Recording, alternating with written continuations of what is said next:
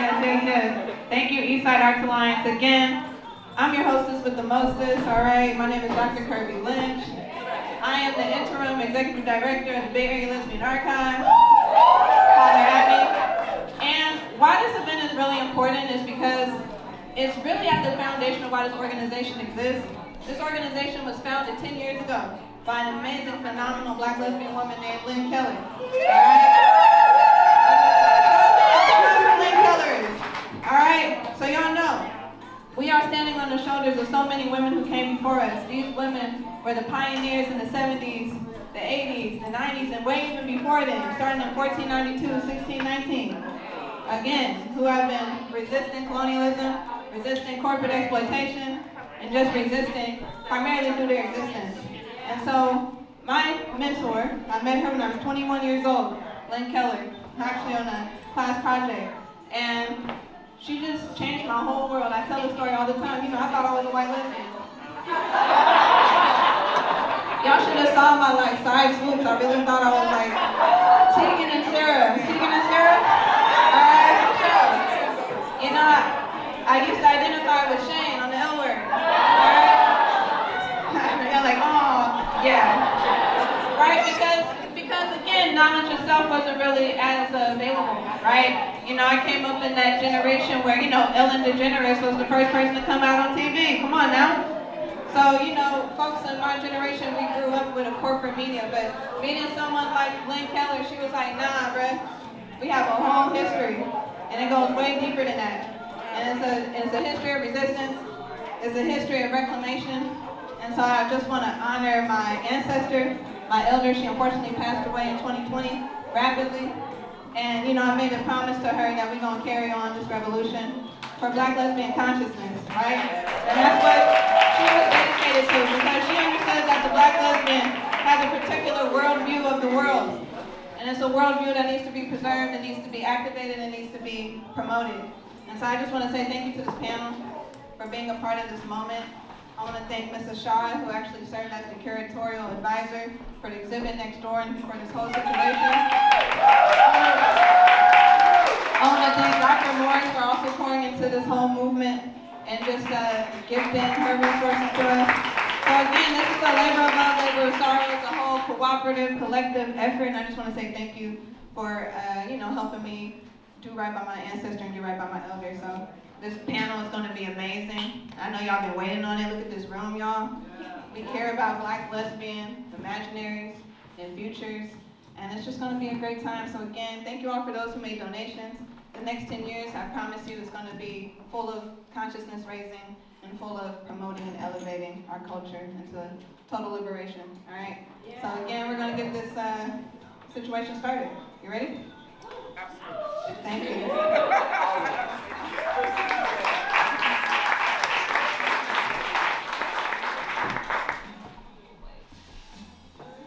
Do y'all hear that music?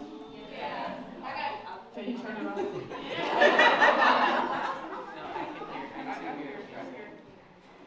Good evening. What up, though? Oh, we have learned. Yes, that makes me happy. My name is Ashara Ekundayo. I am a Black feminist born and bred in Detroit, Michigan. What up, though? So, for those of you who just are skilled in call and response and just responded because you knew that was what you're supposed to do, it's a greeting. It means everything. It means I see you, I love you, how are you, how are the children, have you eaten, all of the things. It means all those things. So it's a reflection that really speaks to the core of I am because we are. It really speaks to Detroit against everybody else. But it speaks to our industrial reality, our ability to move together, to work together, to design, create together, and to change the world. So I greet you from Detroit, Michigan, but I live here in deep East Oakland. So hey, Oakland, how y'all doing tonight? I have the gift and the pleasure and the honor of sitting with some of the most amazing, beautiful artists, sister siblings that have influenced my curatorial practice, my own curious making practice, my low-key academic interests, and just how to be in community. How to be in community as a spiritual person, as someone who is willing to take, I don't want to say a risk, but absolutely being able to be open with my whole heart and with my whole spirit in reverence to our ancestors and the work and the love and the labor that came before us. So I want us to take a moment to arrive here. Thank you for waiting for us. Thank you for taking a breath together. Let's feel our sit bones or feet. Wherever we are, if you're leaning against the wall, to feel your back, feel your sit bones, feel your feet, feel your hands.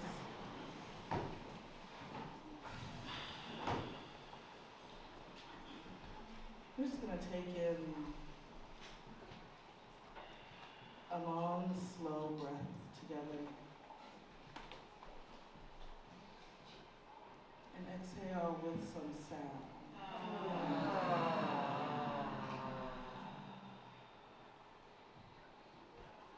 And we're going to take in another long breath, as long as you can draw. As slowly, as long as you can draw. And release with a sound.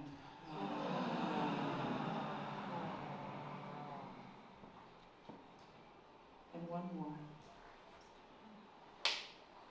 Long drawn breath. Feel your body being held up by the mother. Release.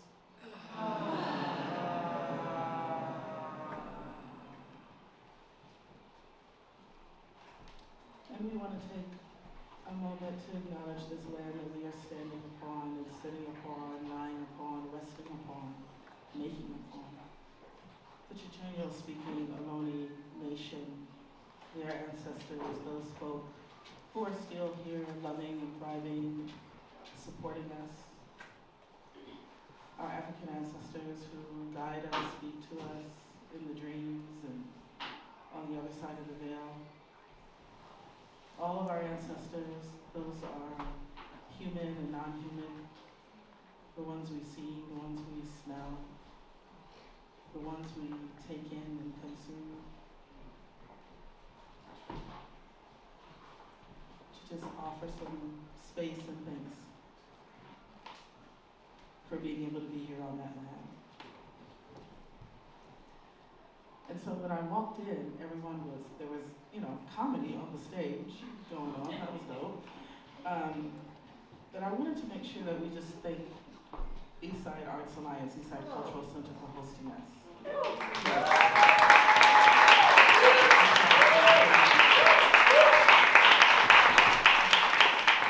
And all of the amazing, important, and potent work that happens here, the archive that is held here, all of the ancestors who have been on this stage and made sure that the lights are on, and the bills are paid, that the art is hung, that the people are taken care of, and the people are taken care of who are outside of the building as well. Our partners at Random Books, who are selling books tonight. Thank you. The Bay Area Lesbian Archives. Yep. A platform that I steward called Artist as First Responder. Our kindred at the Institute for Diversity in the Arts at Stanford. And for this evening, the University of California, Berkeley, both the Department of Women and Gender Studies, as well as the Department of African Diasporic Studies. And then I just want to invite all of the people who have been part of organizing this week, which we call blackhole.art, to either wave your hand or stand up and let the community see what artwork looks like. What does artwork look like? So stand up if you've had anything to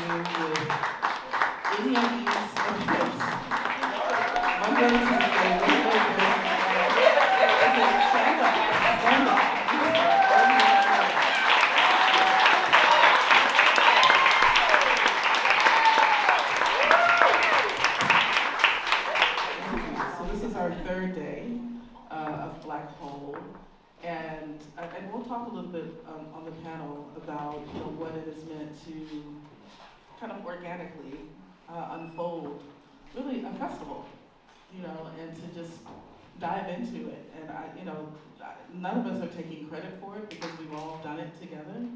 But what a beautiful, I think, immersion that we've been able to have together. Kind of by chance, if there is such a thing.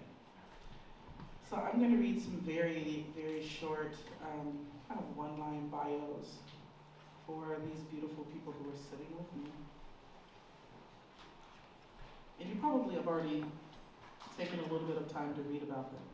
But we decided to invite our beloved kindred, Alisha B. Wormsley, to the conversation this evening. Because she is visiting, and we thought there isn't an opportunity for the community to be able to engage you. So thank you for joining us. Alisha is an interdisciplinary artist, a cultural producer, and her work is about the collective. It's about memory and the synchronicity of time, specifically through the stories of women of color, of Black women. She states that her work is the future and the past and the present simultaneously. She is the artist who is credited with coining the term, "There are Black people in the future." So we will see that billboard all over the world, that is Alisha B. Wormsley's work and her memory. Everywhere. Everywhere.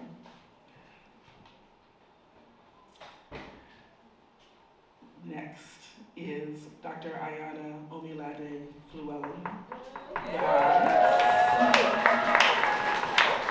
Black feminist, archaeologist, storyteller, and artist. Her research and teaching interests are shaped by and speak to Black feminist theory, historical archaeology, maritime heritage conservation, public and community engaged archaeology, process of identity formations, memory, and representations of slavery. So we will talk about that. If you all have ever wanted to meet an archaeologist,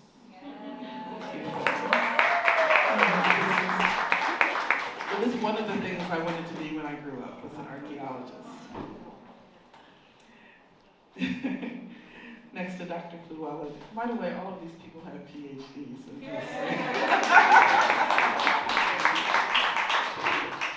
and I say that because yes, okay, so many of them work in the academy, but it speaks to a commitment to study. It speaks to a specific kind of focus, a particular kind of dedication and love and sacrifice that I know that each of these people had to make in order to have those three letters after their name. And I watched my wife do this same process over the course of a decade, and every other person who I've been close to. And so I know that this is a deep work, deep love of community. So thank you for that.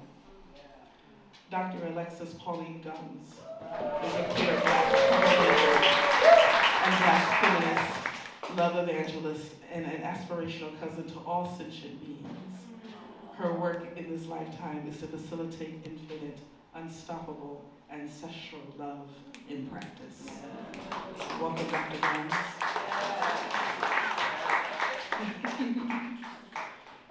Y'all did all those things. Dr. Savannah Shange is an assistant professor of anthropology and principal faculty in critical race and ethnic studies at the University of California, Santa Cruz. She is the author of Progressive Dystopia, Abolition, Anti-Blackness, and Schooling in San Francisco. She is also a dramaturg, a theater scholar, a poet, a meditator. Please welcome Dr. Shange.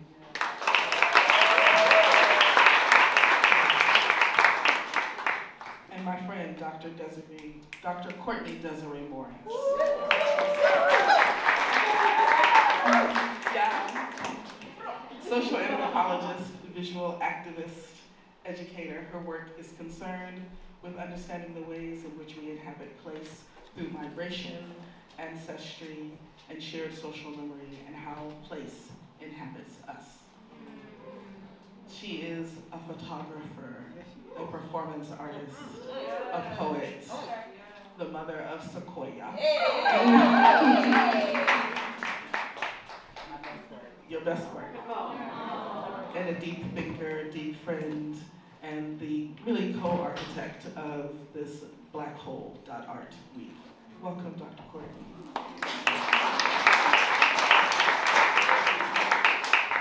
So this conversation tonight is leaning towards lesbian legacy, litany, love of community. And I want to point out the ancestral work and the downloads that we have been receiving and leaning into this week. And Audre Lorde called us here this week. Yes. We have had many opportunities to be in conversation and communion with our ancestors. We talked with them, earlier this year. We've been in conversation with James Baldwin, whose body would have been 100 years this past August, and Sister Audrey's body would have been 90 years this year as well. And so we are calling their names because we are immortal, and they are immortal as long as we remember them. So we also call in Sister Toni Morrison, and we call in Sister Bell Hooks into this space as well. And Sister June Jordan, absolutely, always with us. They are always with us. And I just want to read something from the Litany's commemoration, because really this 50th anniversary poetry reading that Courtney conducted, I guess that is the word, conducted, was delivered at the Women's Building, which is where we were last night in 1974. And so as we're thinking about lesbian legacies, Black people, Black women in particular, a dynamic that is unique, I think, to Black feminist thought, it's not missed on me that some of us who identify as lesbian and some of us who identify as queer, she, femme, them, that we have a responsibility, I think, to be willing and committed to pouring into the archive. And so this conversation here, as we sit in this archive, this space where an archive is held with much care and love, that we want to invite you all to be in a space of archivist care and curiosity. And so I'm just wondering, are there any archivists who are in the room? Raise your hand if you consider yourself an archivist, a keeper. If you're the person in your family who keeps the photo albums, if you're the one who has the stories, are you that person? These are important, that we know in community who the archivists are, that we know who the storytellers are. And I want to, I think I'm going to start with a thought and a question about water, about this element, this planet made up mostly of water, with these bodies made up mostly of water, the importance and the conductor that is for us. I asked Dr. Flewellen to send me a thought, that leaned or at least spoke to or questioned or disturbed any ideas we might have around history. And so it says, I've been sitting with what my work with water means in relationship to feeling history, being surrounded by history, swimming through history, and it's the work of Black feminist scholars that keep me in my body and point me toward embodiment as a form of knowing. So a potential question around that speaks to considerations of the intersections of water, history, and embodiment.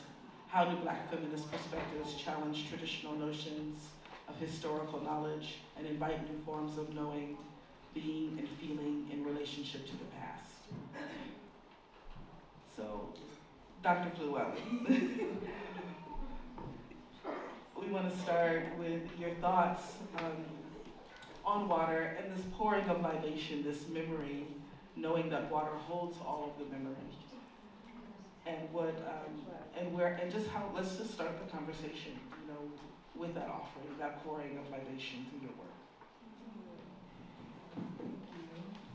When you asked us to send a question, I didn't know you could read it. Like the download that came with it, I was like, oh, thank you. Oh, that's what I thought. It was a download, and I said, oh, there's a download. Let's read it just like that. Yeah. I appreciate the reflecting it back, because I was like, oh, trying to figure out a response to like what it means to be on the stage with these beautiful scholars sitting next to me. And as you mentioned, I'm a historical archaeologist. I do this work on land, underwater. I focus on sites of enslavement on land and underwater. And I will say the biggest offering that Black feminism has brought to me, and that Black lesbians specifically, I'm thinking of like the Black lesbians that shaped my life daily, Omilade, Joni Jones, who has shaped so many of our lives on this stage, Sharon Bridgeford, Priscilla Howe, like these people who saw me so much more than I even allowed to see myself, particularly in relationship to my discipline, archaeology, which honestly wants a particular kind of distance between us and the past. We study the past, but we don't actually feel into it.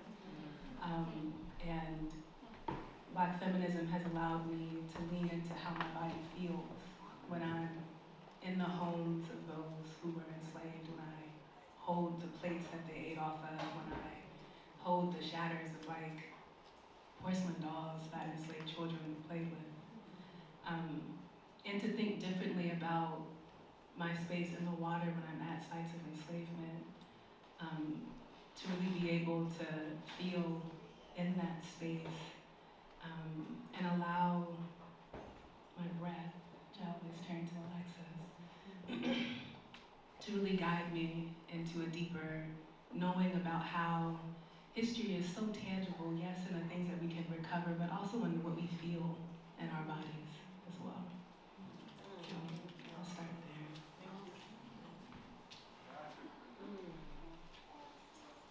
Alexis, you want to add something? Yeah, it's a beautiful question. I was thinking about breath too, and I was thinking about the 1977 issue of Conditions 4. And when you ask about like how do Black feminists and Black lesbian feminists epistemologies and ethics transform how we think about history and water, I'm always thinking about this statement. So Barbara and Beverly Smith, who were two of the founders of the Combahee River Collective, they published this collection. It was a spread of letters between Black feminists called I Do Not Deserve to Be Alone and Without You Who Understand. Right? To be clear.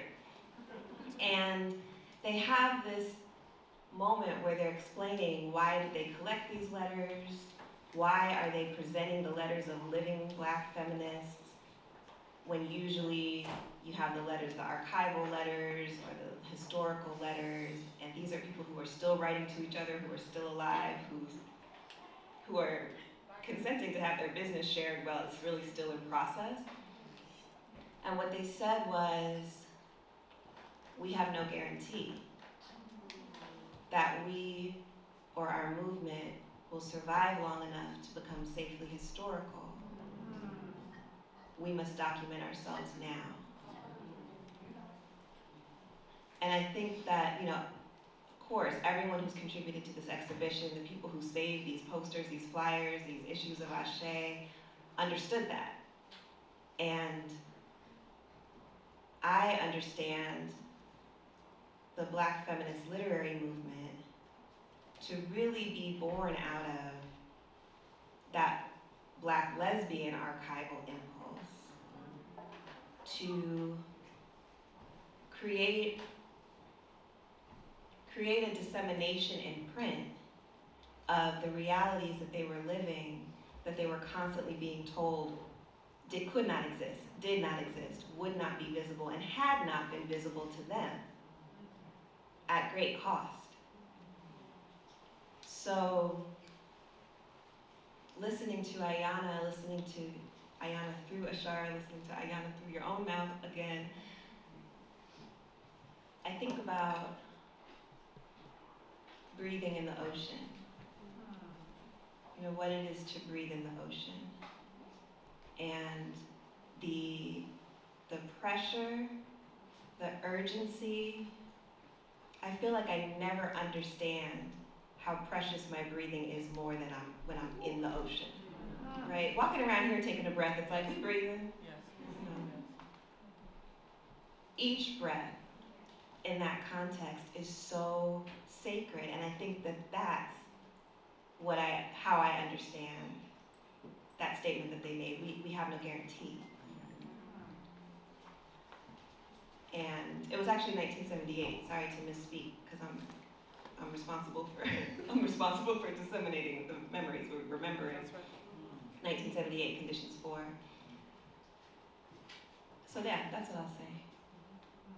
So Alisha, did you want to say something? Do you want to say something? I'd like for each of you to respond, to walk to. What should I say? It's a beautiful question. It is a beautiful question.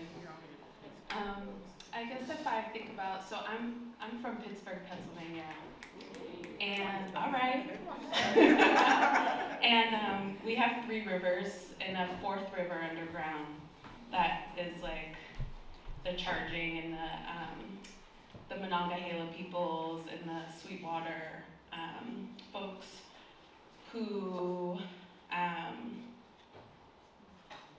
really laid out the land based on those rivers, right? And those rivers were what brought colonization and industrialization also, which is like really ironic in a sense that these rivers were this land was assigned by these rivers in a sense, by the people who stewarded it, and then it was invaded because of those rivers. And so we always, so everyone, a lot of people, especially like Black Indigenous folks, are always saying how the rivers remember everything, right? The rivers remember everything. So there's like the blood in the river, life's in the river, the steel mills, right? The pollution of Pittsburgh is in the rivers, right? And the time that it takes. And then also like the baptisms that happen in the river and the community that happened near the river. I grew up going to church in the summer months. We put up tents and had church by the rivers, and that's where baptisms happen. That's where my grandmothers cared for us, and we went to like be together. And I think that, and then also kind of like, it's also the memory of like how I brought together my work started there, right? Because I'm obsessed with Black women, right? Can anyone relate? I can relate. Right? I'm obsessed with them, and this work and the expanse of time was structured for me by Black women, right? I knew that time didn't exist in this linear way, because not just because of Black women, but because of the rivers, right? Like how we worked with the rivers, and then also knowing that there's a river underneath us, Yes. right? Yes, all of it. Right? The watershed. Yeah, and I think, I don't even know what I'm saying, or even like the question, but these are the things I'm thinking about, right? You feel me? Yeah. So I'm gonna pass it on, but.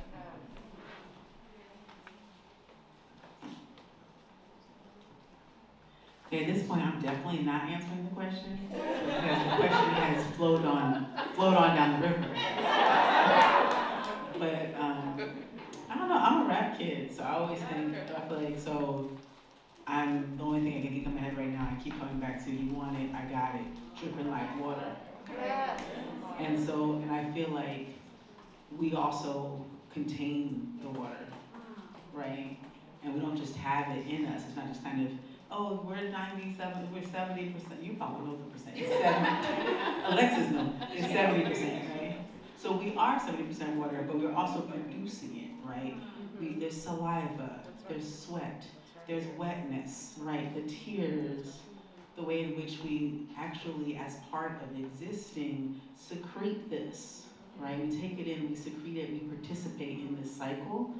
And so for me, as someone who, I think some of those flows also happen in the community, like when we're sweating together, right? In labor, in joy, in intimacy, right? In producing this kind of like liquid possibility of exchange and of presence. Like we literally come out of ourselves, right? And so something's sitting with me about that we don't have to go to the water. You know, we're bringing it with us. I don't know, I feel like there's so many layers to that question. Like I don't even know where to begin because it's just like there's so many entry points into it. I mean, I think the thing I would say is, you know, it really was Black lesbians, Black queers who taught me that the body knows. That you can access, there are some forms of knowledge and information and understanding that you can only access through your body. And that even as I was being sort of disciplined, like in a very explicit sense, like all the PhDs on the panel know what that feels like. Even as I was being disciplined into my discipline as an anthropologist, there was a way that I understood that those sort of regimes of knowledge production were not, they were not like capacious enough to get to the information that I needed to survive. And Black queer women had that information, and Black gay men had that information, and really changed my life. You know, like Jafari Allen was my teacher. You know, Omi Jones was my teacher. Shange was my teacher. You know, I was really lucky to be a part of Algo in Austin, Texas, and those women changed my life. And then I worked with like a bunch of women in the Indigenous Women's Network, and those women changed my life. And were like, you have to learn how to study the places where you are and like develop relationships with the waters that you're connected to and that are in the environments that you live in, because you can't really know those places and you can't really understand your place in them until you understand like the waters. And so I think anytime I find myself in a new place, like moving to the Bay, all of a sudden I was making all this work about water and river deities and like, you know, and just spending a lot of time at the ocean and like going to Strawberry Creek or like hanging out at the Yuba River, like, which is where all the queers like to hang out. Which I found out and I was like, oh, okay, this is cute. And yeah, I just think that there's something about really kind of studying water and understanding where you are that is essential for understanding yourself, and then being able to think about what it means to integrate yourself into an ecosystem where you might be a guest, you know, but there are forms of ethical encounter that you can engage in that are premised on a deep commitment to really studying the land and studying the water where you live. I don't know if that's an answer to the question, but Whatever we're saying. What's up, Pauline? what up though? There it goes. Maybe now? No? Maybe the mic is on? There we go. Thank you. Thank you. So I'm saying whatever we're saying is the answer. Whatever we're sharing is the answer. Alisha, you were talking about, you know, this knowing of the rivers. And I'm remembering I took a visit to New Zealand one year for my birthday. And I have these traditional tattoos on my hand, on my wrist called tamako. And they are about the water.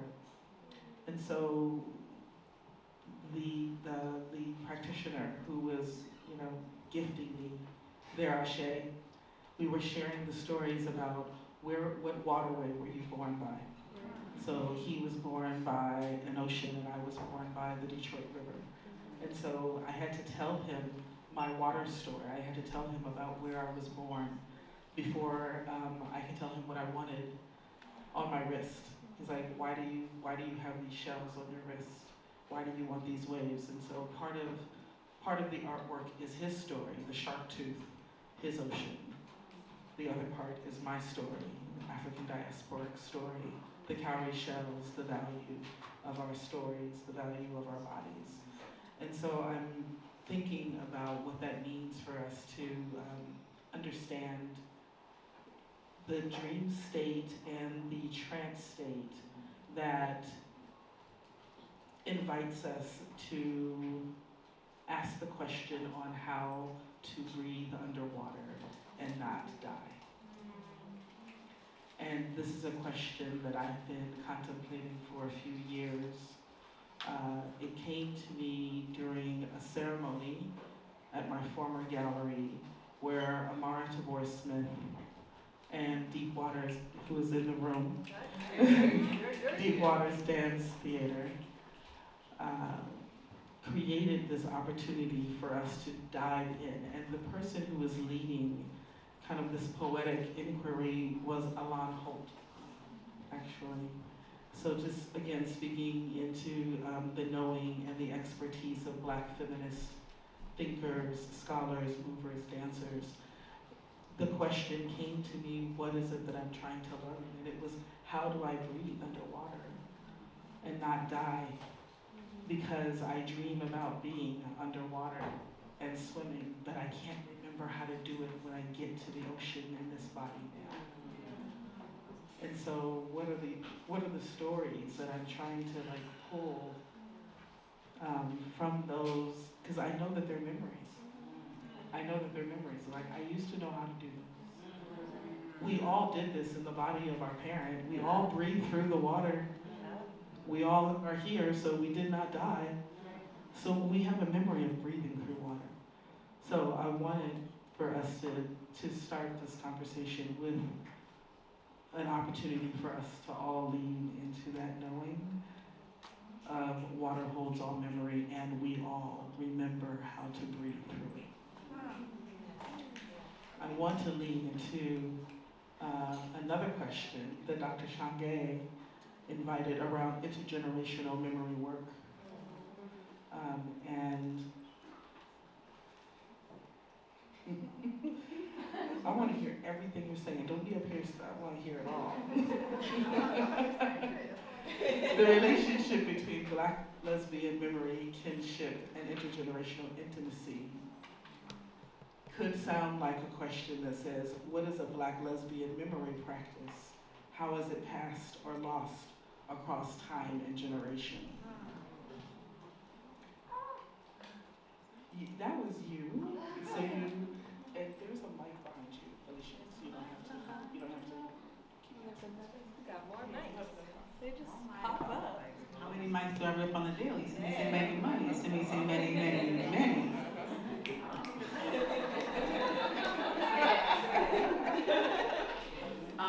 Okay, I did ask that. Okay, yeah. So I was back on the breathing underwater, Okay. which I'm not interested in personally. Because, well, partly maybe it's the did not and not die, right? Because we have this, the other question is about the aversion to death. And now listen, don't take this any type of way, But I'm always thinking with how we learned to fear death, right? Nadia Korokor asked, who fears death? It's actually not a question. The title isn't the question, who she asks. And for me, in Buddhist practice, part of what actually Amanda was just talking about, thank you, I didn't even know I needed that word, and yet I did, around what is it to not flinch from the certainty, not the certainty of the moment, right? What does it mean to breathe in underwater even though you may die? Maybe the question too, So I think that's part of what I'm flowing with right there. And this question around intergenerationality is very real to me in a couple ways. And part of it is so cool to hear y'all talking about like being shaped in this intellectual practice by Black lesbian thought, because, you know, I wasn't even trained by gay people, okay? And a lot of how I didn't come to my queer intellectual practice at work, you know what I mean? It wasn't just what I didn't have the gift of that experience. I really grew up in the club. That's really where my kind of it's a place, right? And now I'm in the position of being in the club trying to teach, Lorde. No. So I've been in the club for 30 years. Like, I started going out when I was like 12, 13 years old in the East Coast, in Pennsylvania, in Philly, where we still had kitty hives, right? Like, it was the fearful 90s, nigga. We was out like in the deep nighttime. The bus still ran at night. Like, you could wait for it and like be alive. But really, what does that mean? No, really, take the bus home. 1, 2, 3 o'clock in the morning. What? Listen, there was we tell you this, but we're serious. There was a real commercial that said, "It's 10 o'clock. Where are your children?" Because they needed it. They didn't know. Listen, when Raekwon says 10 o'clock, ho, where the fuck your seats at? He's really asking. Okay. Shout out, we love you, Mom. But I guess anyway, the whole point of me saying that is really thinking about like, how do we learn what it is to live in the house that Black lesbians built? And I say that because, listen, not everybody is a lesbian, and that's not necessarily why everybody's here, right? And many people who are not lesbians may be interested in some people who are lesbians, right? So part of it is like, almost like a lesbian constellation situation, and part of that has to do with like the expansion of and freedom from a particular script of embodiment, right? So I really want to bring in and speak to both the possibility and the boundary around the relationship between Black womanhood and Black lesbianness, right? They are deeply, deeply intertwined. They are not the same. One does not determine the other, right? And we can't just go running off into the night with lesbianness as if Black womanhood didn't exist, right? So what is it? And we also can't run off as if Black womanhood isn't also a site of violence, right? A site of both limitation, of fear, of harm, of possibility, of joy, right, of creation. And I think part of what I'm witnessing in the club, absolutely, and also in my classrooms, is people are really wrestling with their relationship to that legacy, right? What does it mean to live a gender-expanded life and build a gender-expanded community that also is directly encountering and destabilizing patriarchy, and naming it as it shows up, right? And not taking, listen, a pronoun is an alibi for patriarchy. But then how many people, every day somebody will run up and be like, oh, but, and you have to say and, right? The same way that we've learned so many times that just because someone is a Black woman does not mean they have your back. Right? Raise your hand if a Black lesbian has stabbed you in the back. Right? And that's real. But these raised hands are wounds that teach us something. And we can't just be up here hee hee ha ha. Hee hee ha. Right? We can't just somebody. And so okay, there's that. So I want to speak to like the fullness. And the other thing I want to speak to is identity, which is the bane of my existence. Because people really will be out, like neoliberalism will have you thinking that Black queerness is an identity. Like you go on a spirit ride, please type in your identity, right? Black queer femme, right? Because it's something as if, and maybe there are sexualities and identity that you can put in a little box.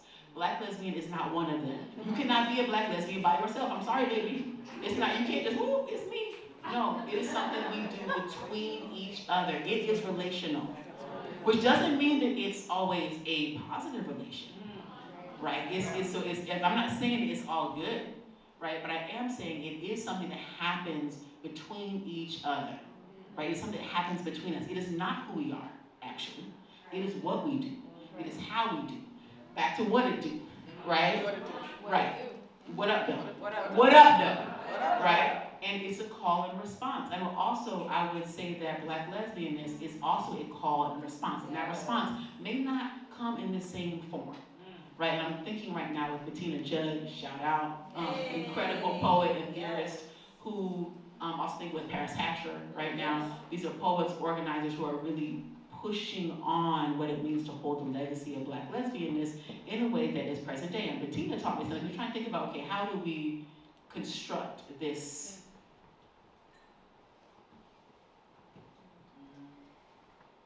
map, okay, of Black lesbianness, right? So we're thinking about those of us who live in the house that Black lesbians built, right? That's one way of thinking about it, just kind of honoring and being like, literally the space that I'm in was breathed life into the labor of someone else, right? And Bettina was like, but that's still anchoring it to the past though.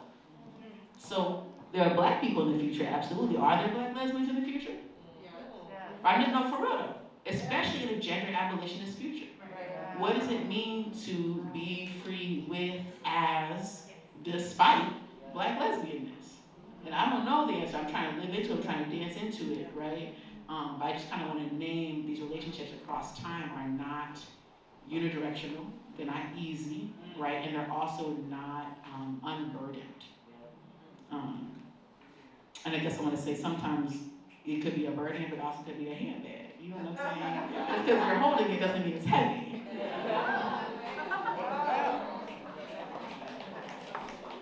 All of that. Yeah. All of that.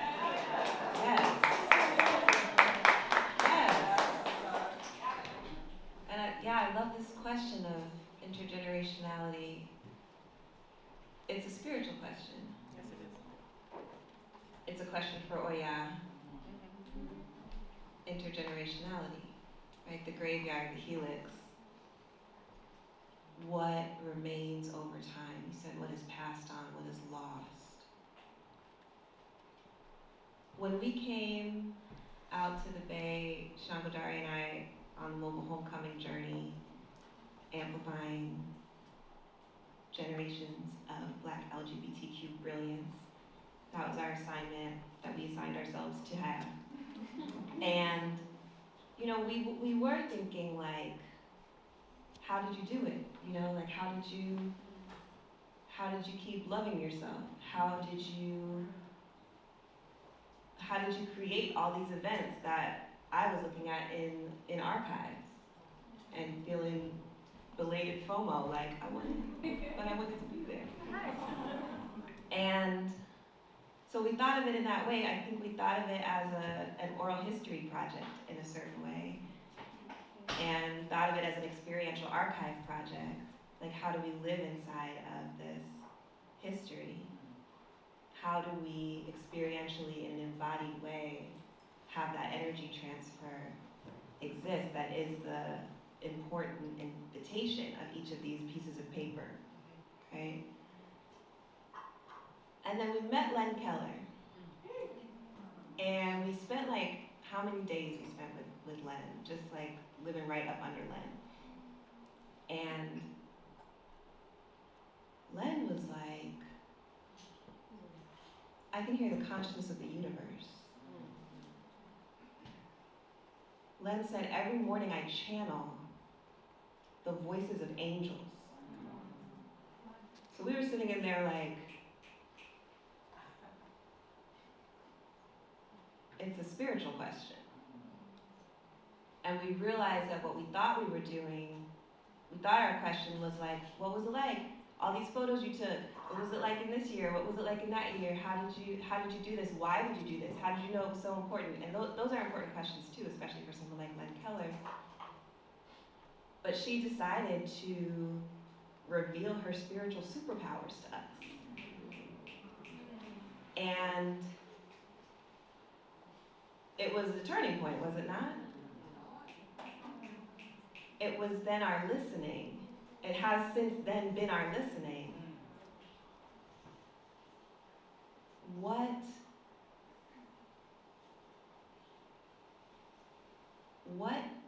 are the actions, right? It is what we do. What are the relations? What are the repeated practices that allow this vibration? Len was talking to us about like infinite, eternal love, the source of all existence, all of this, that allows have to be the guiding context of a life that is still happening in an embodied situation of hetero, patriarchal, racial, capital nonsense, right? That's the actual question of our intergenerationality, of what continues to flow through. Len told us that because she understood our intergenerational commitment. Certainly, it was important to her, you know, these pictures have to be archived somewhere. And that was a urgent question, right? Because not all of our archivists have housing stability. But she was also answering the question that we didn't know to ask, which is, how do we remain the open portals for this vibration that must continue? Right? This is the poem. We have many names for it, right? So for some of us, when we say Black lesbian, we're saying what we're willing to do, what we're willing to lay down, what we're willing to defy, how we'll get out of our own ways for the love to come through and not be blocked by these patriarchal barriers, right? But some of us, when we say that, we're saying, you know, aspirational cousin, whatever it is that we're saying. I think that it's an echolocation of our commitment. That's what I feel like Audre Lorde was doing, right? The drum of Black, lesbian, feminist, warrior, poet, mother, socialist. She was saying, she was making herself into a drum, like, it is a call and response. And I feel so much gratitude because even when I think about the urgency, I think about the desperation sometimes, I think about, you know, the Black lesbian histories under the Black lesbian histories, the people who were like, and then we broke up, we never talked again, you know, and then we and that organization ended because I could not see her face one more time, you know, all of that, right? There's those stories. I think that we need also those lessons, and we need also those stories, but we also need, people got out of their own way. And they got out of their own way accountable to a future. In many cases accountable to me, not named as me, but the possibility, right? Building a house, when you say that, the house the Black lesbians built, it's like, it is a portal, you know? It's not that kind of house. It's not that kind of house with the doors closed. It's a throughway, and so that's my gratitude. I think intergenerational, it doesn't even feel like, it's one of my favorite words. And when I really think about like what's my orientation, it's an intergenerational orientation. I'm intergenerationally oriented. I want to be around multiple generations at all times. That's what I want. Even the generations from long, long ago, that's why I'm in the archive. Like I gotta be with them too. Like even that word is so much smaller than what I mean. It's like everything, nothing, not death, not time, not space, not partition, not diaspora, not lies, not erasures. Like nothing can stop me from loving you. That's what I mean. And the hard part, and the reason that we need these daily spiritual practices, the reasons we need to know that Len woke up every morning and listened to the angels, for example, and that all of the elders we spoke to had their own practice, is that the hardest part for me on a daily basis is including myself in that. Nothing will stop me from loving you.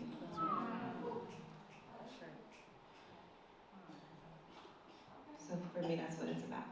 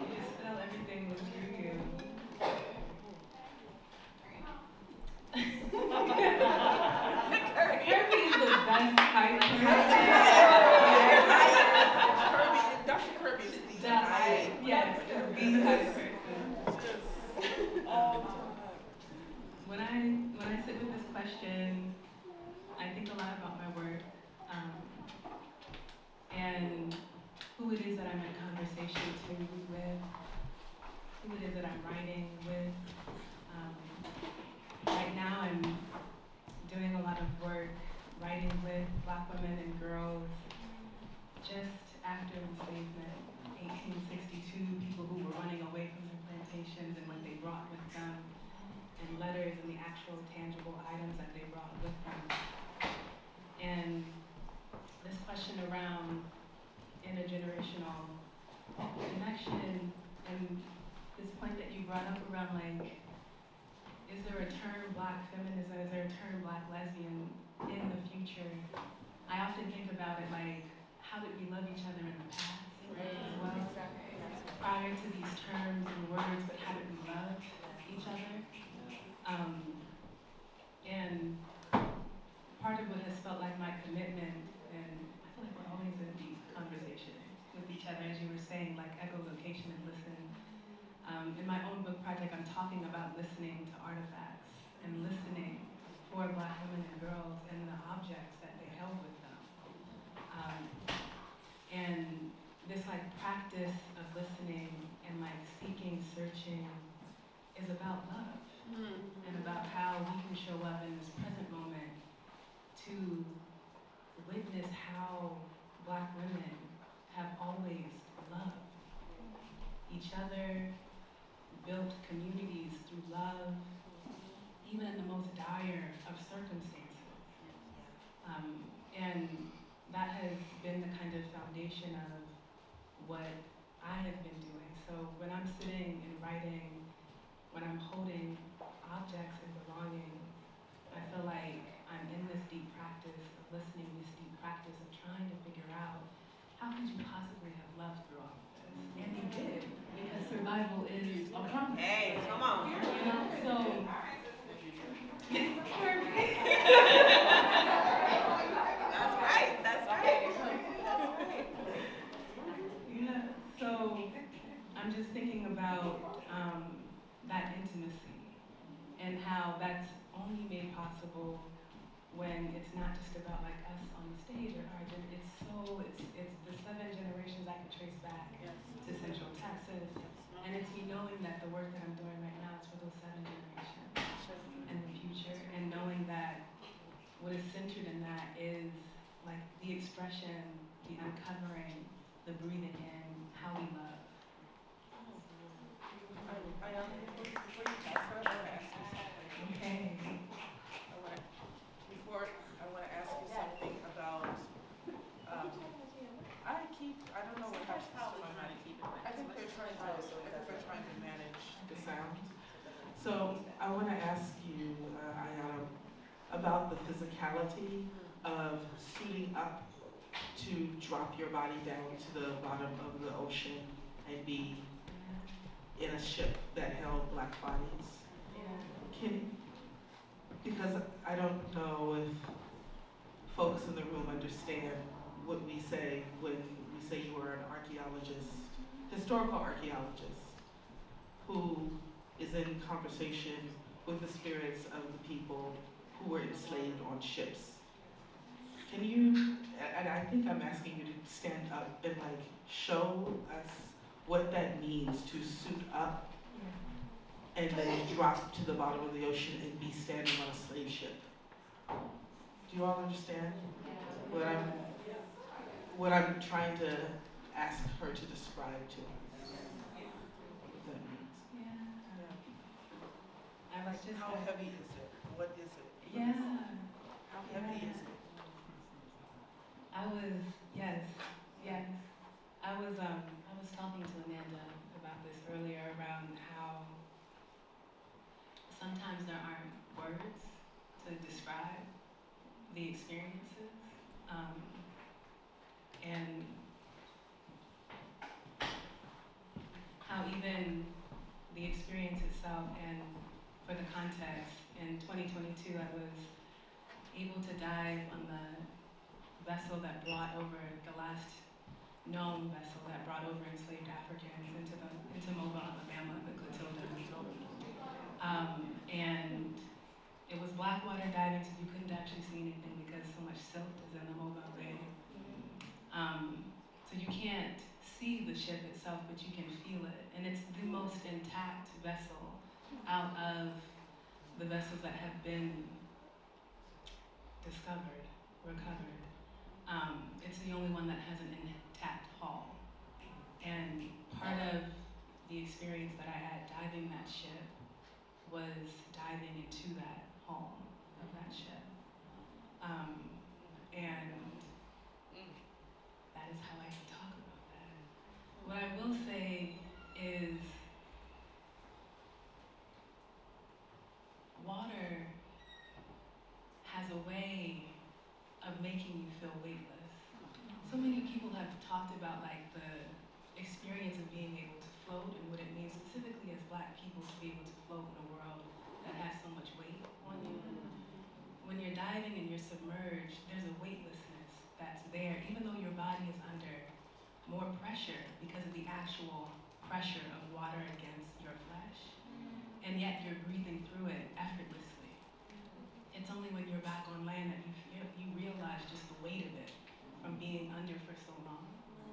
So I think for me, a dream that I have, you're involved in this dream because you said you don't want to go underwater, but you're now. But the dream is to actually have a group of Black feminists dive underwater together and be in a space of breathing in these environments. And there's something about, once again, just this feeling of weightlessness. As you can think through, breathe through what is happening now, right? Feel and be in a deeper intimacy as you wade in the actual wake of things, right? And the afterlife of slavery, like wade in it. And how so much is possible. So every time that I and my colleagues do this work, when we put on our suit, that's a ritual for each of us. And there's a knowing that like that interface with history and those particular moments are mediated because we cannot breathe underwater. We have to have our BC and our regulator and we have to mediate this encounter through technology to be able to embody it in new ways. And even like through that mediation, so much is possible to breathe into, to think into, to envision otherwise. So I'm really excited about what it means for us to do more of that work of actually being in the water and breathing in the water. So I hope that answers. Yeah, your question.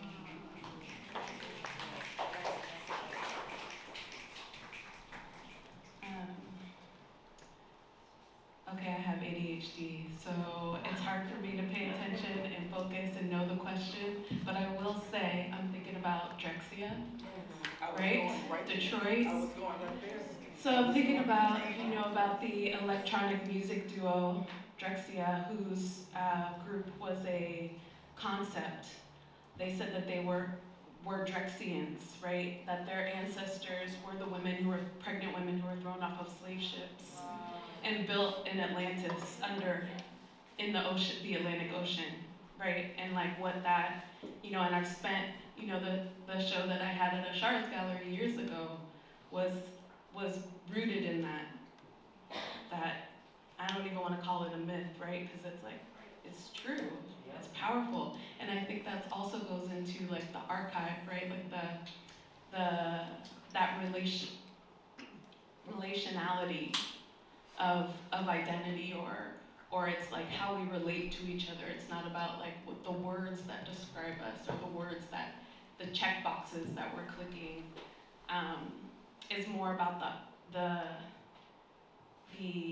capabilities, the mysticism, right, of the sacred, the ritual of who we are and how we relate to one another. And I think that also is expressed within an archive, the archive, right, where this is like a panel of archivists, and there are so many archivists, like, but the archive isn't the interviews and the boxes of ephemera or the quotes or the things. One of my teachers, Renee Gladman, told me that that the archive is us. That's right. That's right. Right? Like I'm my archive. I'm our archive. We're all our archive. And so, we're here celebrating an archive. That is like all of us in this room and how we relate to one another.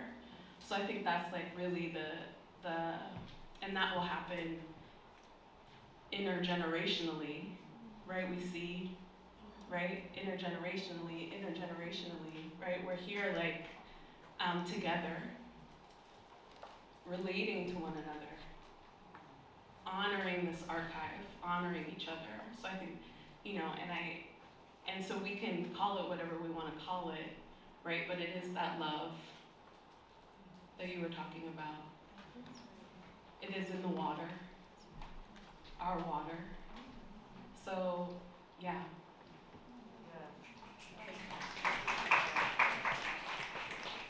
So what's coming to mind for me are these ideas of artifacts of the future and this current living archive that we all are leaning into. And so I want Courtney, for you to speak about not only the intergenerational aspect of the archive, but the multi-language translation of the archive as it relates to a spiritual practice. So before you answer, there are two things. One, all of us have a making practice. All of us actually are artists with a capital A. We all make things, jewelry, collage, fiber work, poetry, dance, photography. So there's this making, but the other through line is the relationship to a spiritual practice, whether that be one that is also connected to an Orisha practice, traditional African religion or spiritual practices, and how that relates to, I think, the translation piece that I watch and experience as part of your work, Courtney.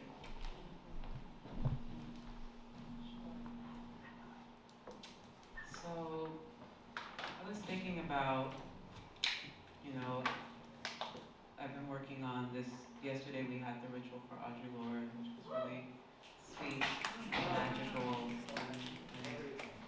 I don't know, I think I'll be meditating on that experience for a really long time and just unpacking all the layers of it. But I was thinking about how, as I was preparing for that, and I was rereading Zami, and Audre Lorde talks about her mother, who she describes as a black lesbian, which I've always thought is really interesting, right? Kind of unrealized black lesbian, which is quite a pity, but I suppose lucky for us because then we wouldn't have got Audre. But, she talks about the women that she grew up with and like the women in her family from Grenada and how those were the kind of women who could just create what they need. That these are women who create what they need. Or I think about June Jordan writing when she goes to Nicaragua in the 1980s to see what's happening with the Sandinista revolution and comes back and publishes a piece in Essence magazine. I know, you would never imagine that Essence was to publish things like that, but they did once upon a time. Although apparently... Thank you, Cheryl Green. Yeah. Thank you, Alexis DeVoe. Yeah, and June Jordan says, like all black women, I have always had to create the power that my freedom requires. And that's like an epigraph. It was in my dissertation, and it made it into the book because I felt like, oh, those are really words to live by. And I think that what I've learned from black queer women, from black lesbians, is the way that they always insist on activating that capacity to create what you need to survive. Right? The making. There's an active practice of creating what you need to survive under unlivable systems that are actively trying to kill you. And so that was, something that I think I've carried with me for a long time, and art has always kind of emerged in my life sort of analogously to spirit in these moments when art just saves my life all the time. And whether that was teaching in environments, like teaching in predominantly white institutions where I could just feel the institution trying to discipline me and confine me and constrain me and undermine my work, which is not the job, but undermine my work, right? Which I can't have. So, you know, and so art has been the thing that has arrived to be like, oh, there's always another way. You can always create what you need wherever you are to resist the conditions that you find yourself in, to like transform the condition and make the conditions bend to your will. Which is another way of just of saying that like art is just like root work and hoodoo and like magic and conjure, yeah, bendición. Like that's the power of the conjure practice. That it's not just about like creating things that might have some use or utility in everyday life, and it might be that, you know. But it also is about like, oh, I can make things and I can shift reality. And you can't, and so I think like that's sort of like the freedom that I felt when I began making art in a really serious way, like, which is to say I went from being apprenticed under these master teachers, right? Like Sharon and Omi, who are my art mamas, and I love them.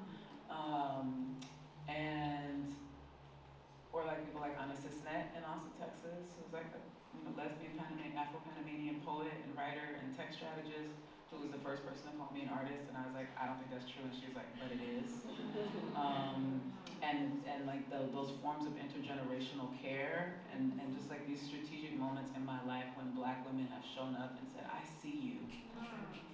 I see you and I see who you are, even if you can't see what's inside of you. I see it. I know what it looks like. And I'm telling you, you can shift things.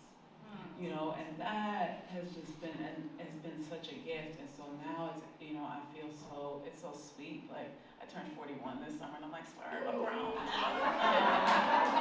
And I'm just like, I'm having these moments, like I continue to be mentored by elder artists who are also spirit teachers and who understand the labor, like what that work is about, and I'm so grateful for that. But now it feels so sweet to step into that room and be like, oh, now I have things to share.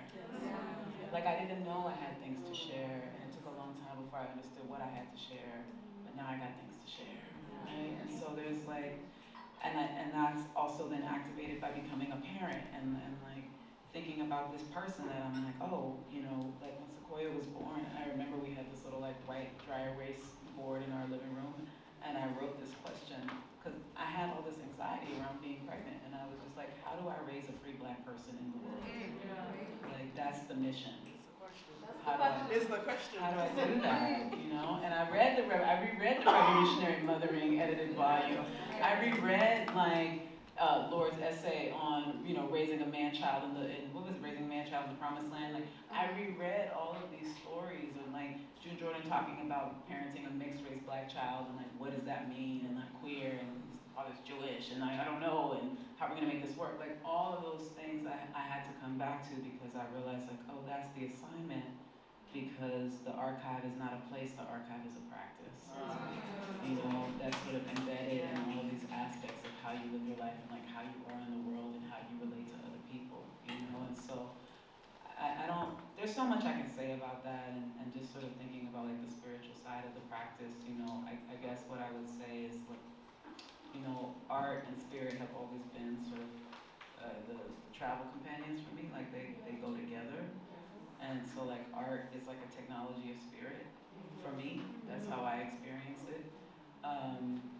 And as I began to really become more serious about my art practice, that was accompanied by a parallel deepened commitment to my spiritual practice and really studying these traditions of like Southern root work, Caribbean root work, Orisha Ifa, Isheshe tradition, like all of these kind of systems of knowledge, that I really wanted to understand. Yeah, they're not folklore. Never use the word folklore to describe our knowledge systems. Stop it. This shit is not folklore. It is shit that will save your life. It is shit that is like literally holding the planet together. It's energy that holds the planet together. It's not a game. And I really want people to understand this. And when I started to do this work, and I understood that before you could do any of the other work, you really had to know your ancestors.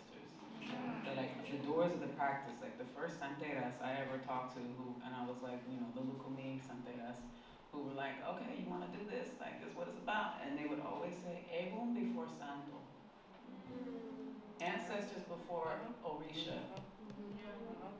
You know, stop being out here like dressing up and trying to be like Beyonce and calling yourself Oshun. Talk to your grandmother. Seriously. Talk to your grandmother. You know, if you don't know who your Ekun are, if you don't know who your ancestors are, you are lost. You know, because who's gonna love you more than Big Mama? Nobody. So the Ekun work really became like a really essential kind of component of the practice that then sort of expanded, I think, my archival imagination and thinking about like, oh, what does it mean to like, you know, I think so many of our like Black queer archival stories are like tragedies of like, oh, you know, I think about like Essex Hemphill when he died and how his family just didn't want to deal with the fact that he was a Black gay man, you know, and his archive was destroyed, you know, like these are tragedies, and so there's something about like engaging in that practice of Ekun work where I was like, I can create the archive I want to leave behind for free Black people who are coming behind me, you know. And just to really think about that, like we had a conversation some years ago where I remember sharing with you, like when I would teach in these classes and in the university, and I would say like, oh, a lot had to happen for me to be in this room as I am teaching this class to you right now. For me to materialize in the world as I am right now, a lot of prayer had to happen, a lot of struggle happened, a lot of heartbreak happened. You know, and there were old Black women who were praying that maybe someday somebody like me could exist. So sometimes I think about that. I'm like, oh, who are these like free Black people in the world like 100 years from now that I'm never gonna meet? I'm gonna be dead, I'm gonna be Ekun. Yes! I'm not gonna be here, but I want those free Black people to be in the world, and I want my work to be useful, and I wanna be a useful ancestor, and I wanna be, you know, to leave things behind that people can use that can help them to survive, you know, and to enjoy life and to find the sweetness and the goodness in life because there's so much of it. I'm sorry.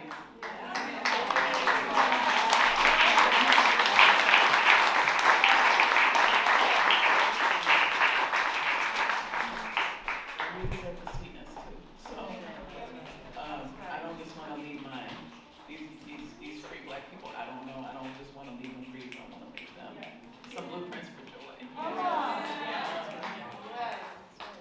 Which, you know, like these Black lesbian thinkers that we are celebrating tonight, they left so much of that. You know, when we did the electric slide for Audre last night, I just felt like, man, uses of the erotic changed my life. You know, because then I understood joy was the point of the struggle is joy. You know, that's the point. So, anyway, that's what I've been doing in my life.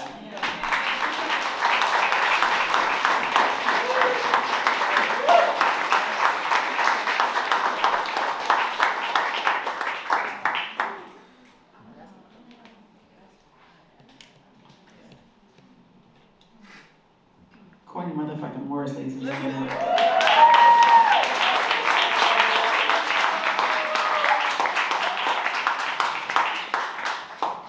That's right. This thing you said just now about the sweetness, and up against these conditions, our prayers can feel very, very small. Have you felt that? Like kind of yawning into this pit of, it is the appearance of powerlessness, right? Because we are shifting the conditions that we need for our power. But this piece you said around all that it took for you to be standing in front of that room of 71 students, right? For me, I feel like it took just as much for each of them to be there, right? And for all of us, exactly. And that's the piece. And I think that is what we learn, especially from Dream Jordan, especially from this tradition, is to really shake off the celebrity culture, the kind of individualism, this idea that it is just, that really embodies all of us or none, right? And so I feel like a prayer that I've been sitting with that is rising for me right now, that sometimes feels so small, is that prayer for sweetness. And when I pray for my Palestinian kin, and I pray for Gaza. It's a small prayer in my prayers for the children of Gaza to have some touch of sweetness today. Just for play, just for some moment of play, of joy, of whimsy, to be able to see a cat, a bird, a leaf in the wind, and feel and touch into the sweetness that is their birthright. That is our birthright, right? And that is what we are actually fighting for, right? So that the house of Black lesbianism, the Black lesbians bill is not just a house, it is our home, right? It is a home that we all deserve to be able to come home to and expand. And just, I think, you just spoke to the necessity of that. And that we have to, it feels small because that's the scale that it's at. It's at the scale of the right now.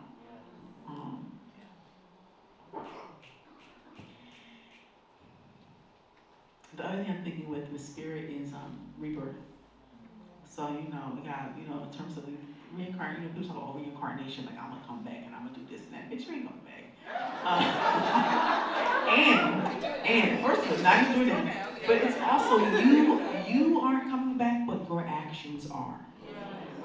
Right? So no, don't let me shit. I know it's gonna do this. When we talk about karma, we're not talking about you, girl, me, Miss Girl, showing up in the mirror, right? We're talking about the fucking harvest of your actions, of how you showed up, of how you treated each other, of how you treated yourself.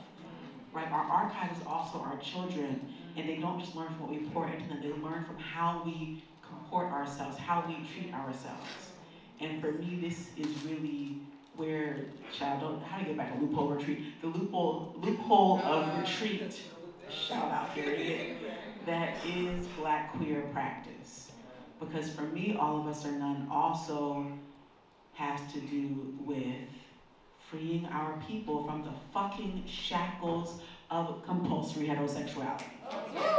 If we're going back to Black lesbian, if it's 1978, then let's talk about fucking the tomfoolery of straightness. What in the what?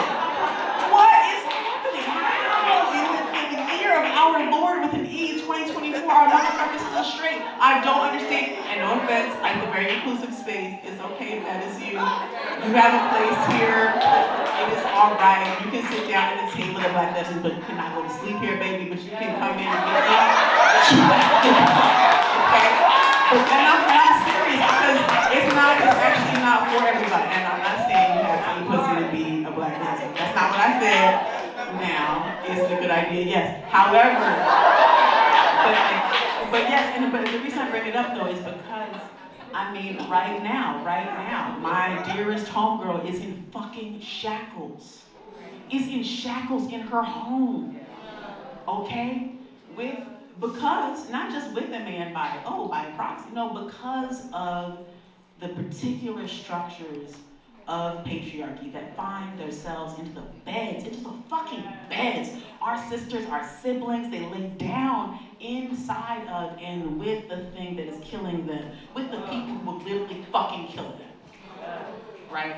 I was not raised by a Black lesbian, right? But I was raised by a fucking very proud party girl hoe who was like, you know what you're not going to do is be felled by some motherfucking body shook home. This is how you fight for yourself. This is how you protect yourself. This is how you put on a condom. This is how you hold a knife. Because you can go, you can have fun, you can be free, and you can survive the night. And that's what my mother taught me. Shout out, it's her birthday today, October 18th. Do we have any Libras in the building? Y'all are the worst. But we love you. So no, my mom, she's very Antizaki. Now listen, Antizaki, not a Black lesbian. Antizaki, pussy eater, absolutely. Absolutely. And how do I know that? How do I know that? Back to Libra, okay? But I bring her here though because she modeled for me that you can have a broad sexual practice. Or you can have a sexual practice that does include men. People love the D. Come on, D. Come on, down. It's not the equipment. The equipment is not the problem. Okay, the equipment is not the issue. It is the presumption of power. Right? It is the scripting of a life that centers the needs of a motherfucking man over yourself. Okay? And just we're not having it, not having it. And I speak to me, part of what I see culturally Black queerness doing, right? Yeah. Is creating a possibility path. Because we laugh about like, we full, don't come over here now. But yet also, come on. How many of your friends are like, oh well, I guess so, you know. But part of what it does is by living in a way that really centers Black womanhood, we create a pathway in which you can live. You don't have to live like this, right? We create a possibility for a different kind of life, a different kind of Black women's authorship and self-authoring. I just want to lift up what my sibling said, Ayana, when you said, like, there's only some ways to speak about something, right? And speak into something and feel into something. I just feel like we can also model that listening and that receiving. And we model that through how we love one another and love ourselves. And I feel like that's also, for me, that all of us are not, it's not just, ooh, we in the house. But also you look at the house, like, the house is nice. Like, they got wait, what kind of contractor y'all got? Right? And so I guess I want to speak to what Black lesbian practice, right, and post-Black post-lesbian practice does to create possibilities and fissures into the certainty, into the future of patriarchy. Because what's not motherfucking making it into the future is the patriarchy. And listen, but they're coming. And that's why, so when you start the Black Manosphere, right, Kevin Samuels is dead, but his spirit is not. Okay? Listen, he died on the floor of an Airbnb, but his ideas are living how? Okay? And so I say that because we are our siblings' keeper. We are responsible for the folks who are not in this room. We are responsible for all of our kin. And I think that is something that, especially June Jordan, right? Especially June Jordan models and teaches for us across diasporas, across sexualities, across genders, right? Across racial identities. We actually have the responsibility to save each other's lives. And also, wait, last time I said, Alisha, you was talking about Drexia. We was going Drexia. Okay, first of all, listen to Drexia. Secondly, if you're on that like Black mermaid hype, if you haven't read The Deep by River Solomon and them, it truly it says River Solomon because it's Amen. It's a collectively written novella that really takes up this world that emerges in the salty womb of our ancestors. So if you're into Black mermaid shit, read River Solomon, The Deep. It's a beautiful ritual piece. We're gonna have, you can either respond to stay in this vibe or just have a closing thought before we take just a couple of questions or remarks from the audience. Alexis, did you have anything else you wanted to add? I mean, sure, honestly, I've drank this whole bottle of water, I really have to pee. But, just to tell you what really is on my, the waters. The waters. I'm holding a lot of water. And so maybe as a conductor, there's some things that can come through the water's conducting. I mean, really grateful for everything that everybody has shared. Courtney, I was thinking about this Black lesbian Egun gathering process. You know, because there was something you said, who's gonna love you more? Black lesbians love me more. I'm not saying that my ancestors who may not have had the terminology of Black lesbian and who loved women and who are loving me right now are not included in that. But I think that it has been a crucial life-saving practice. We talked about it at the Mobile Homecoming practice as a gathering of our queer grandparents who can recognize us as who we are and who can see the reverberation of their actions and their bravery in our faces, you know, in this way that's important. And so I think that this is one of the greatest victories of Black lesbian practice, is to create life-saving intergenerational structures that go beyond the colonization of DNA into patriarchal reproduction, right? It's so important. It's so important. And I'm so grateful. And I feel accountable for modeling and reminding us what that means. So when we say, because I know that the archive is a place for me to find my Black lesbian Ekun and honor them and learn how to honor them and wonder about them and be curious about them and be blessed by them, I think that we have to have the practices, and I think, this is one, and the way that we're being in this space is definitely feels like that to me, to really honor the sacredness of that. And we're in a constant re-encounter with colonization, right? All of us with PhDs? Understanding that we have spent time in a colonial education system that says what you're supposed to use to dominate, to separate, to categorize. That's what you're supposed to do, what you know, right? That's the colonizing epistemology that some of us have been immersed in different ways, some of us have been pushed out, but all of us have been in relationship to it because we're in the middle of a colonial project. And so our loving relationship to archival practice, which means Audre Lorde, I'm reading your journal, not so that one day I can prove to other people that I know more about Audre Lorde than they know, because that's not how Audre Lorde works. You have a personal testimony of Audre Lorde, am I right? Nobody can take that away from you, right? I'm doing this because I'm committed to that ongoing practice of re-encountering myself, that we could call ego, that we would call our immortality, right? That's why I'm doing it. And I must do it in a way that holds within it the possibility of this future 100 years person to love themselves even more than I can imagine right now, right? And that's what makes it a big thing. The small prayer for that sweetness, for that moment, that even if those generations into the future, they don't remember the name Audre Lorde, the vibration that I feel when I say the name Audre Lorde is something they have access to in their own way, right? That's the commitment, and it's actually so big, that possibility. And our elders have shown us that because they've said, Barbara Smith has said, I will sacrifice everything for it.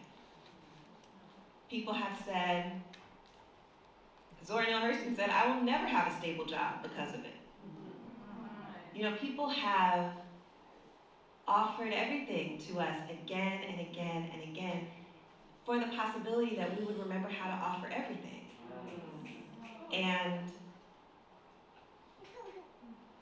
inside of a colonial project that says offer nothing, steal everything,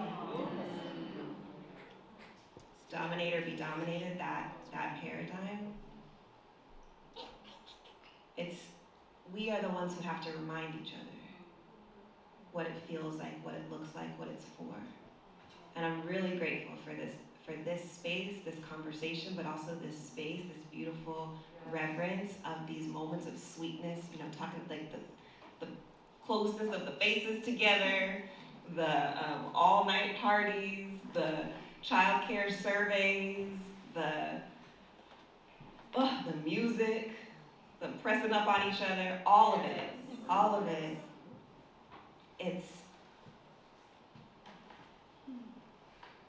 We're not just remembering what happened, we're remembering our yes again.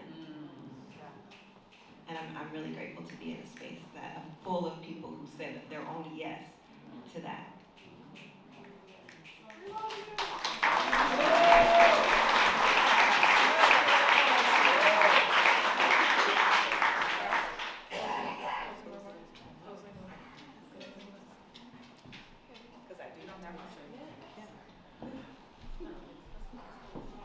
So thank you all for your attention, for your time. this evening, for joining us here.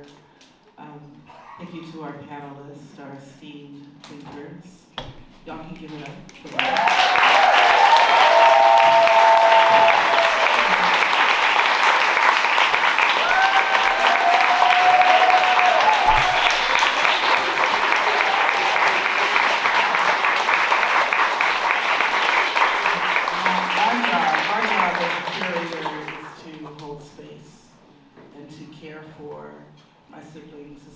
For their words is to take in and pour into and be poured onto by their brilliance, by their information, by their care of me as well.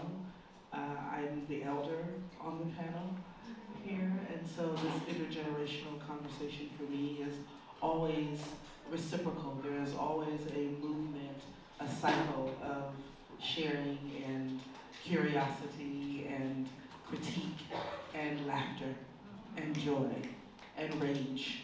All of it is moving simultaneously.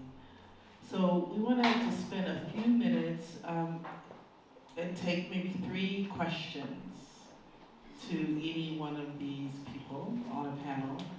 If you could try to form it as a question. Dr. Woman, can you come up on the stage? You want to come on?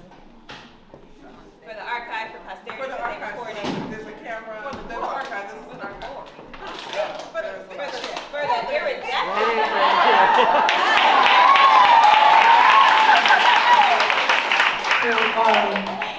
I want to bring another level of eldership to my. That's right, that's right. In 1970, this is not a question, but I just need to say it. In 1974, that's when Combati was like, came into existence. I was graduating from high school then. And shortly after that, I began to come out. And it was that document that really made a really big difference to me. They were talking about intersectionality before that was even a thing. And so I just wanted to bring that into this. There's a number of women in here who were, I was born, I share the birthday of June 3rd, July 9th. I just remembered that. I remember hearing her talk and Audre and so many people, right? And so I've just been feeling a little bit of, and something's missing here. Another voice is missing actually. How many people in here ever heard Audre here in the Bay anywhere, or any of those people here? Or yeah, we're in this room. And so I just wanted to kind of bring that to the presence, but also I have gone back to kind of rereading In the Wake. And I wanted to ask you a question, because in there, I had to go back and pull it up on my Kindle so I could get it right. And she asks about, what happened to the bodies of the enslaved people that either jumped in or were thrown in. And she talks about, I'm just going to read it. It tells me that because nutrients cycle through the ocean, the process of organisms eating organisms is the cycling of nutrients through the ocean. And the atoms of those people who were thrown overboard are out there in the ocean even today. I'm thinking about when you were, I was like, oh my goodness, the experience of what that must have been. They were eaten, organisms processed them, and then those organisms were in turn eaten and processed. So around 90 to 95% of the tissues of things that are eaten in the water column get recycled. Nobody dies of old age in the ocean. And I'm just thinking about you down there in the hull of that ship. Human blood is salty and sodium has a residence time of 260 million years. So what does that mean? That means that, like atoms, these cycling like atoms in residence time, we black people exist in the residence time of the wake. The time in which everything is now, it is all now. So, did you have any, it's like, I feel like I just want, when I die, I want my body thrown into the ocean. Because, you know, it's like enjoying with the ancestors who were there. Was there any type of spiritual experience or anything you had given this residence time? Like, we're still in residence, right, in the ocean. Thank you so much, guys, for your question. And also, this is Dr. Angela Wellman.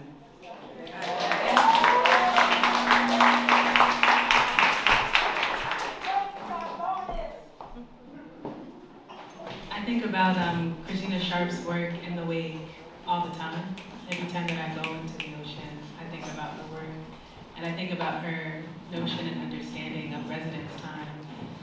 And what it has offered to me was a way of thinking about how water frees us of a kind of place-based understanding that's rooted in like land, that allows for a more expansive understanding of ourselves, of our ancestry, of our future, when we turn towards the water in that particular way. So when I think about residence time, I think about what it means to wade in that space with them. When I was diving with Matilda, only 2 individuals passed during the middle passage that were aboard that ship. And we don't know where they passed when they were on that journey. But we know based on the ledgers, there were a certain number that boarded and a certain number that got off. And those numbers are different. And that's how they get that number of 1.8 million who didn't make the crossing. They look at the ledgers of how many got aboard the ship and how many didn't when they got there. And we all know that the ledgers themselves are inaccurate. So we're turning toward numbers that feed into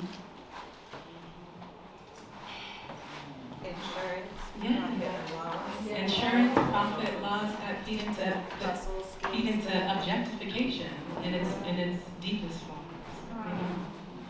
You know? So the answer to your question is yes, all of the time, all of the time, all of the time, all of the time. And the spiritual experience that happened for me and with me at that particular vessel was once again like focusing on my breath.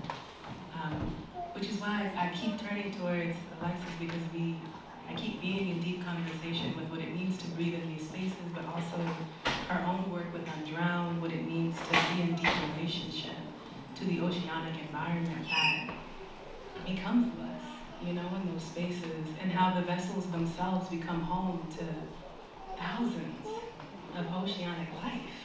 You know, they live in these spaces, which feels like we do as well, you know? But it was at that particular vessel, when diving that particular vessel, that I listened to my breath and heard breath coming back to me. But for me, I've thought about this and I've written about this, and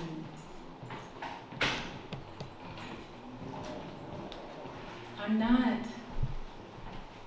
connected to the descendants of the Catilda. And I want to say that out loud because the people who are connected in Africatown, who have and know those ancestors, are real. But what I will say is that for so many of us who will never know the ship that our ancestors came on, there was a way that, like, in the breathing back and hearing breath at that moment, there was like a knowing that, oh, those ancestors are with me, and I had no idea what their names were, what they called each other, how they held each other, but I know that they were there. And I imagine that in those spaces, in that hall, that what you can hold on to know that you're alive after you don't understand what time is or passing, that you have your breath as well. And maybe that's romanticizing, I don't know, but that's what I held on to.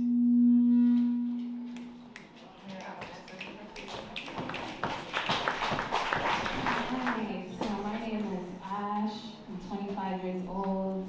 I'm a writer. I'm also a healer, singer, all the things. So I have a question that's a little abstract.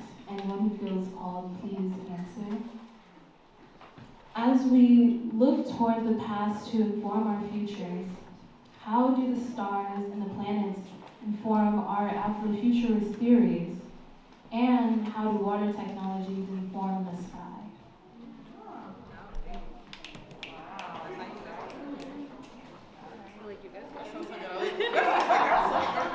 That's the topic of the next Well, the skies, the stars are reflected in the waters. They are the same, right? We exist in this world. We don't, we walk with our feet on the ground. Really, do we? Right? We exist interdimensionally. And so what Courtney said about the word folklore, I also have, my final degree is in art, but I have 2 degrees in anthropology, and there is and that was like a common thing, right? When you're reading things, you're reading these texts and the way that they tell you what truth is based on themselves, and what limited truth there is, right, in the structures of our society that we exist in, not us. So, so I think, so if we, to me there is no difference. Like, I'm traveling through space all of the time. I'm traveling interdimensionally all the time. And I think we all are, right? We see things, we hear things, we know things, like our senses are constantly in between worlds. And so, at the same time that we are the stars, right? We are stars. We are the water, right? What Dr. Wellman read about the water, us being in the water. It's the same thing in the sky, in the stars. So I'll just end.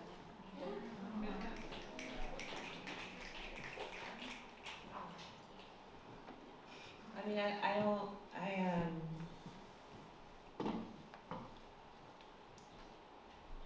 we don't even need in inform. Although, the repetition of inform in the question is great. I don't know where you went. But, Ash, they form each other. And it's really we notice or we don't notice. And the ways we get to notice, right, are these just different miracles of synchronicity. I would say that's the poem, right? If we notice. But it's exactly as Alisha was saying, everything that you named is in relation. Is producing each other, themselves, all of it. And I'm grateful for that. I think that was one of the premises of Audre Lorde's life and work, to understand that it's all this one relationship. And we feel it when we're feeling it, but it's always everywhere. And we're the poets saying, notice it, and be transformed by that noticing.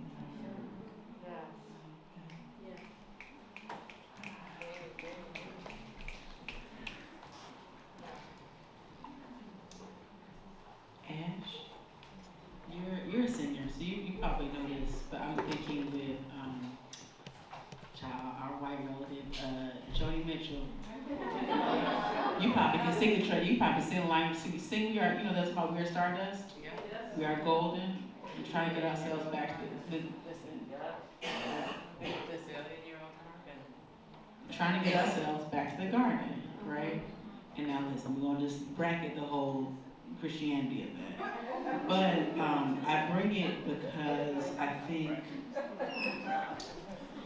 So I think, okay, I'm thinking Joni Mitchell, I'm also thinking Octavia E. Butler. Shout out, right? So when she says, when Lauren Olamina says, our destiny is to take root amongst the stars, Lauren Olamina is trying to get on this shit, baby. She don't make it, right? Earthseed does. So I think for me, part of, and so I'm a little bit of, me and Afrofuturism are always friends, we always get along. Because I think in some ways it can function as a kind of spiritual bypass. You want to get to the future, right? And just like Lorde Olamina did, making a huge mess out of her actual, her living archive, right?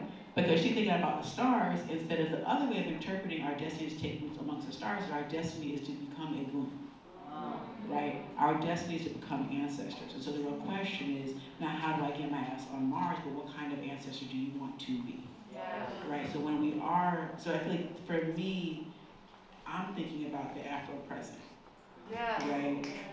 And that is really, so I guess that's the piece for me. So I'm thinking about the stars. Obviously there's wayfinding, there's all these beautiful ways in which the stars are part of our archive, right? The way we read the stars, right? The way they're woven into quilts, right? If you go to our siblings and other diasporas, you go to our Native Hawaiian relatives who read the stars in literally from the complete other direction, right? Really thinking from the south, what does it mean to be in other waters? What does it mean to look at the stars, look at other skies, right? So I think part of what the water and the stars gives me is that, is the lesson of migration, right? Speaking across diasporas again, you see the butterfly and this notion of migration is your birthright. That is true for Black people too. And it's so often we spend so much time, we belong here, we take up space, we can have geography, we can be rooted, we can have a relationship to land, we also can have a relationship to flight that is not rooted in fear, right? So when these motherfuckers talk about fight or flight, they are not imagining flight from slavery, right? They're only thinking of flight as a bad thing, right? Because they're already safe at home. So both as Black people, as feminists, we know that home is not always safe. Right, so for me, I'm thinking about escape, I'm thinking about migration, and I'm thinking about the present as ways to kind of stitch ourselves back and almost breadcrumb backwards from the Afro-future to the present. Right, what is the present now? What is the present of, somebody would say, oh, what is the future of this moment, right? What is the present of that future? Yeah.